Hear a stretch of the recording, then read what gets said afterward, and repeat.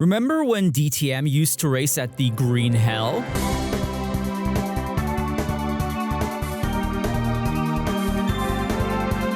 From 1988 to 1993, Germany's premier touring car series ran around the full 25-kilometer cascade that is the Nürburgring Nordschleife. 87 corners pushing teams and drivers to the limit of what was possible. So let's take a quick look at how it all went down.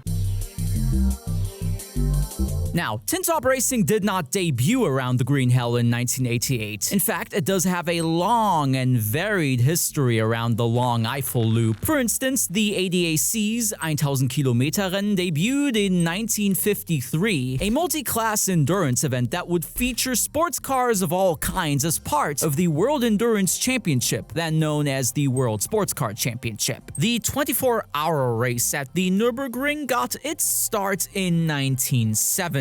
Furthermore, VLN, now known as the Nürburgring Langstreckenserie, NLS, was born in the late 70s, amateurs and pros taking all sorts of lovable vehicles around the ring since that time, including many an icon of touring car racing. And lest we forget long-gone events like the Großer Preis der Tourenwagen, the Grand Prix of touring cars, a 6-hour event featuring the absolute finest racing of its time had to offer. From Stück to Stommelen, Jochen Maas, Niki Lauda, Harald Groß, and an ever-growing list of legends present in the European or World Touring Car Championship. All of these races had been established way before DTM ever even came into existence, with one unifying trait amongst their different formats and fields. They were endurance events, challenging pairs of drivers for hours on end. In contrast, the Deutsche Tourenwagenmeisterschaft has always been a series focused on sprint events. DTM races had taken place in the Eifel since 1984, though scheduled around the then new Grand Prix layout. It was only in 1988 when organizers took the Group A field and put it on the foresty bends of Brünnchen, Fuchsröhre, Döttinger Höhe, Karussell,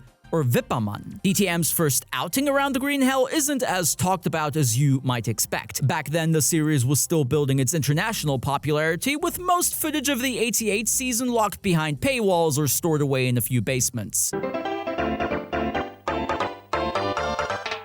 This season was to be the debut or re-debut of quite a few milestones. 2 races per weekend, DTM's first trip behind the Iron Curtain, or their Nordschleife events as part of the support package for the 24-hour race that same day. Yes, in the midst of preparing for West Germany's most grueling endurance challenge, DTM was hosting races 13 and 14 of its 1988 championship. Armin Hahne managed to outqualify his competitors by 5 seconds, piloting one of these memorable Ford Sierras. As the mid to late 80s saw Ford clinch quite a few trophies in German touring car racing scene, Mr. Hahne up in front wasn't too much of a shock. Both races went to the veteran from Moers, though said double whammy wasn't to be the most memorable story of the weekend. Ford compatriot Klaus Nitzwitz was fighting in the top group with only a couple of laps to go, but he'd lose his Sierra RS500 at Tiergarten. Thankfully, he was able to escape his car, even if the crash meant he was not able to compete in the following 24-hour race. That season's champion, King Klaus Ludwig, finished P5 and P4 respectively in his Ford Sierra.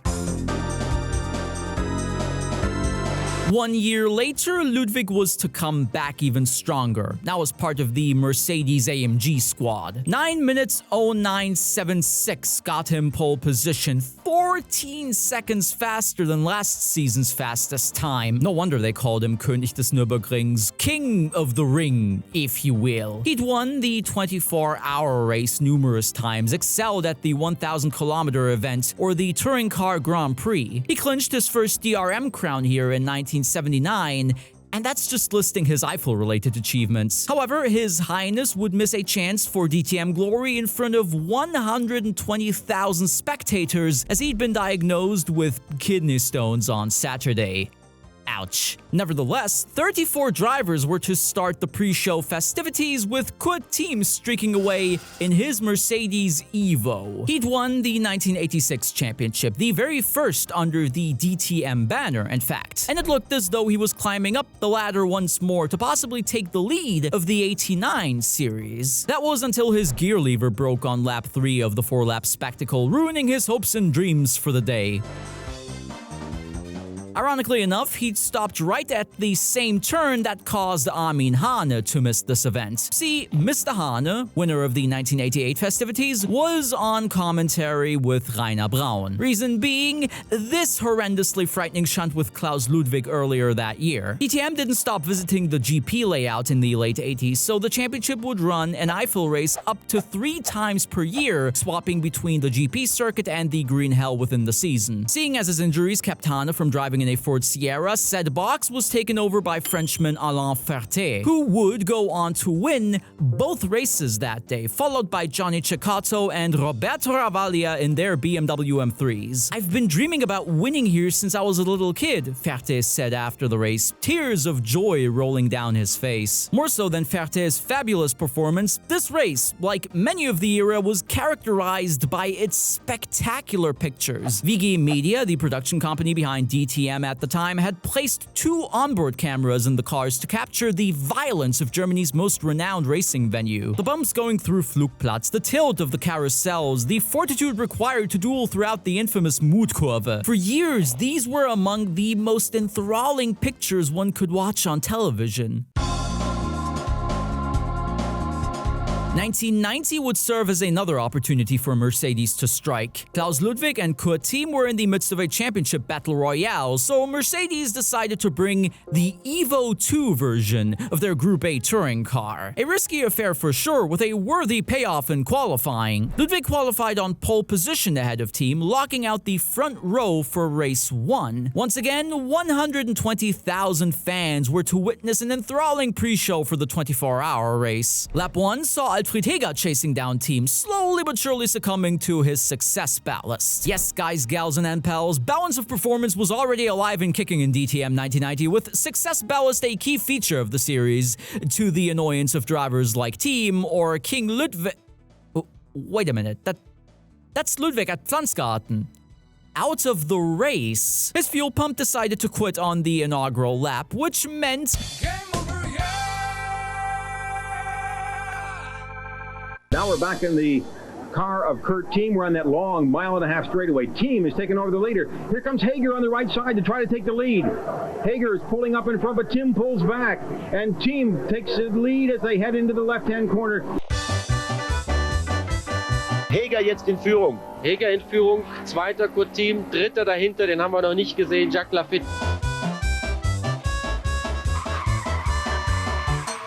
Team's race is finished at Fuchsröhre thanks to a blown tire. Jacques Lafitte in his BMW M3 says merci beaucoup, taking the spoils for race 1, as both Team and Ludwig had to start from the back of the grid for race number 2. Funnily enough, Lafitte had raced the daunting track back in the 70s as part of his Formula 1 career. More chaos was to commence between all main contenders during the second outing. Steve Soper and Jacques Lafitte had a BMW tete-a-tete, as smoking Joe Winkelhock had to stop the race with a rear axle problem. Alfred Heger's radiator gave in, whereas Soper's BMW engine was to discombobulate. Throughout all of this, Ludwig had managed to claw his way back up to 4th, with another stroke of bad luck about to strike the touring car ace. Ludwig an die Box. Ludwig geht wieder raus.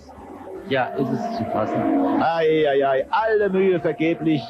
Das hat dieser Mann, du weiß Gott, nicht verdient.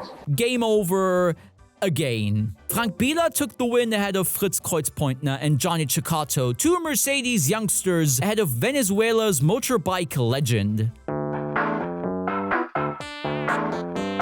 There was no DTM race around the Green Hell that year. According to Speed Magazin, das zweite deutsche Fernsehen, ZDF, had run into issues with regards to how they'd broadcast the race. Capturing the 25-kilometer circuit is already a challenge in 2026, so one can only imagine the Herculean task at hand back in the early 90s. Despite such woes, DTM was to return to the Nordschleife in 1992 to provide 2 more titanic fights. During this period, the series had gone through numerous changes. Manufacturers came and went, turbos had been thrown out the door, and politically speaking, the sport was about to erupt. With tensions rising on a weekly basis, Green Hell 92 was to see Mercedes as the clear-cut favorites. They'd won all but 2 races this year, with their Evo 2 finally working wonders around the Eifelkurs. In fact, most of the iconic imagery you might have come across over the years will stem from this specific weekend. Helmut Daimel, one of motor racing's most beloved cinematographers, had been asked to document the Silver Arrow's 1992 touring car campaign. His masterpiece was to be replayed countless times, serving as beautiful B-roll for many an intro or DTM music video. Shots of drivers romping through the twists and turns of the fearsome forest have been edged into the minds of touring car fans all across the world. And still, what was it going to be worth if they'd failed to clinch victory once again?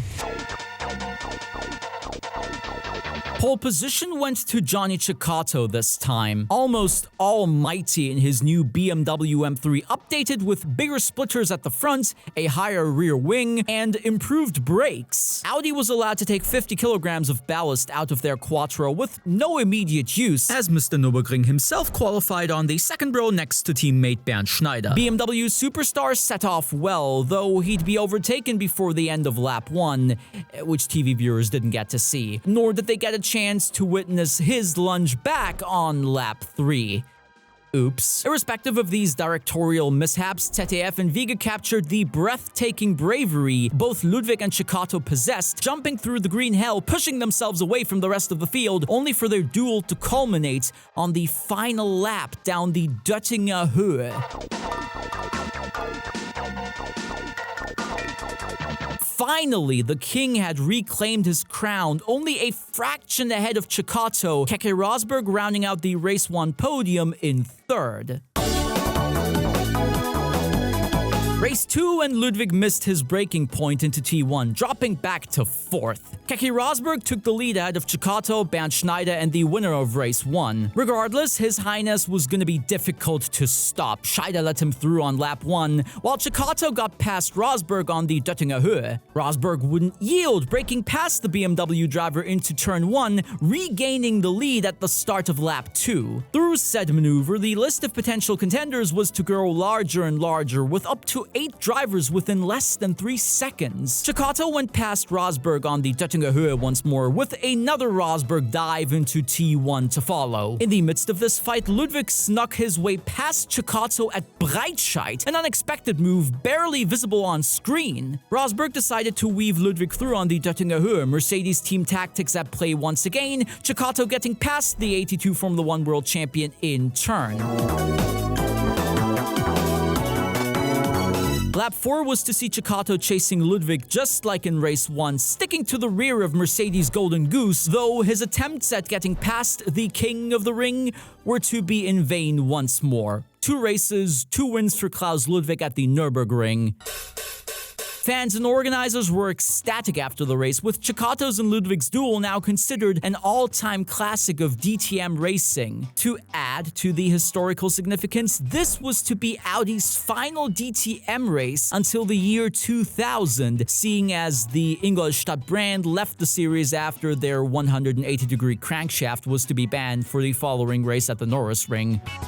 That said, to present this as an epic end of an era might not be suitable, as Audi's presence on this day was subpar at best. 1993 was to be the Green Hell's final DTM appearance. Touring cars had increasingly become too fast for the Wicked Witch of German motorsports. As was to be the norm for previous events, this swan song was once more part of the 24-hour support program. Alfa Romeo had joined Mercedes for Class 1's inaugural season, Works BMWs and Audis no longer part of the championship. This season was dominated by the Italian stallions and their beloved wagon. In turn, it was Nordschleife rookie Nicola Larini whose blazing pace would secure him both victories and the 1993 championship at the end of the year. Seeing Class 1 cars fly about in the Eifel must have signified the ridiculousness that would have meant keeping DTM on the Nordschleife. The past few years have seen rumors and discussions regarding a potential comeback to the Green Hell, as GT3 cars are a staple of modern racing at the ring. Listening to ADAC DC Motorsport boss Thomas Voss, though such a story does not seem likely. Organizing a sprint race in congruence with, say, the 24-hour event is considered too complicated. Refueling would have to be considered, TV production would be a problem, and the GT3 cars present in DTM are, in the eyes of Voss, a different kettle of fish compared to the SB9 equivalents at the Endurance Festival. And yet, no matter how much time passes, images like these don't just remain in the hearts and minds of fans. They, more so than anything else, might serve as an example for what modern DTM is missing, for better or for worse. Ridiculous? Dare we say outright f***ing bananas? Absolutely. Already was in the late 80s and early 90s. Incredibly entertaining and challenging for all involved. The biggest challenge in DTM? 100%. The Nordschleife, after all, is far from passé. Just ask Max Verstappen.